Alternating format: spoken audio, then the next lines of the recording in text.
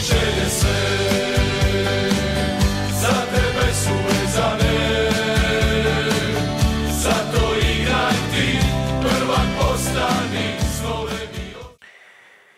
Jan Mlakar želi ostati u Hajduku. To je zadnja vijest koju možete pročitati na hrvatskim sportskim portalima.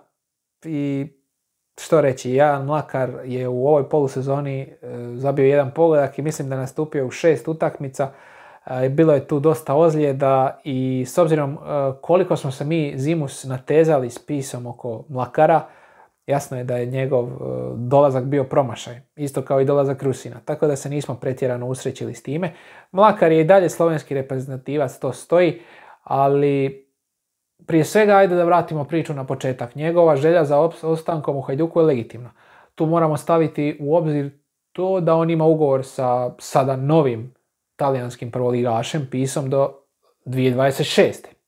Budući da čovjek nije mogao igrati tamo u seriji B, i jako je teško očekivati da će Inzaghi računati na njega u seriji A. Samim time on će vjerojatno morati ići na raskid ugovora da bi se ostvarila ova njegova želja. Njegova želja da ostane u Hajduku je legitimna. I zašto? Relativno je blizu Slovenije.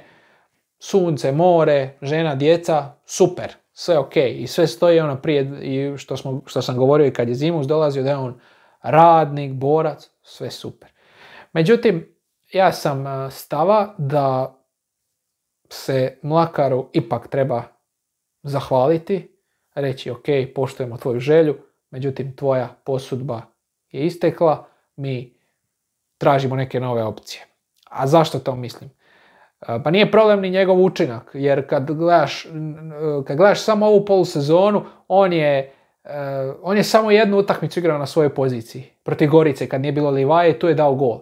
U ovim svim ostalim utakmicama je Gattuso krivo koristio. I ako već radimo neke usporedbe, ono kako je Rusina koristio protiv Šibenika i Slaven Belupa, to je bio nekakva zamisao navijača da će na taj način koristiti Mlakara. Dakle, da Mlakar bude u fazi napada taj koji će vezati protivničke stopere, a da će se Livaja spuštati po loptu i onda razigravati dalje. Međutim, mi onda imamo primjer utakmice na Rujevici, gdje ulazi Mlakar na polovremenu, Livaja ostaje kod stopera, a Mlakar je desetka koja šta treba povezivati igru.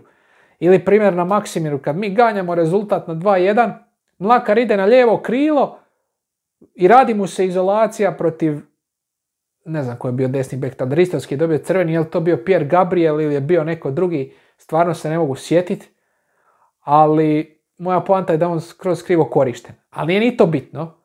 Bitno je to što je tu stvarno sad previše ozljeda i nije netko očito na koga se možeš i trebaš osloniti. Također, ovo ljeto sam stvarno pobornik toga da se slačionica pročisti, jer na stranu Gattuso ova ekipa nije flopala samo prošle sezone, već je napravila to i sezonu prije s različitim trenerima, tako da očito trebaš provjetriti tu ekipu.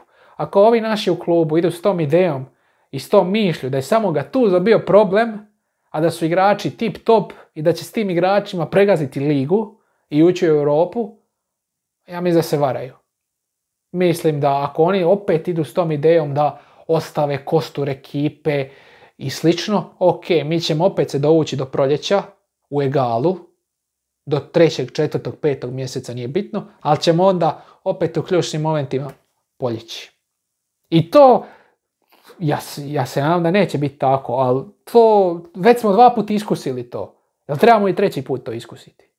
Ne kažem ja sad da treba protjerati 20 igrača. Ali za neke u Hajduku je stvarno došlo do plafona. O tome ćemo razgovarati kad imenujemo trenera, jer nema smisla govoriti o ovim stvarima dok još ne znamo, mislim, znamo da će Garcia biti trener, ali dok to još nije službeno. Samim time, da se nadovežem na ovo što govorim, mislim da Mlakar se uklapa u tu priču. Ok, bilo je lijepo u prvom mandatu, 2 kupa, bio si koristan igrač, ovo drugi put nije funkcioniralo, ajmo se zahvaliti jedni drugima, ostati jedni drugima u lijepim uspomenama i to je to. Sretno tebi, sretno nama. Mislim da je to najpoštenije. A vidjet ćemo što naša uprava smjera. Vi svoje mišljenje kao i uvijek napišite u komentarima, a ja vas sve pozdravljam do idućeg videa.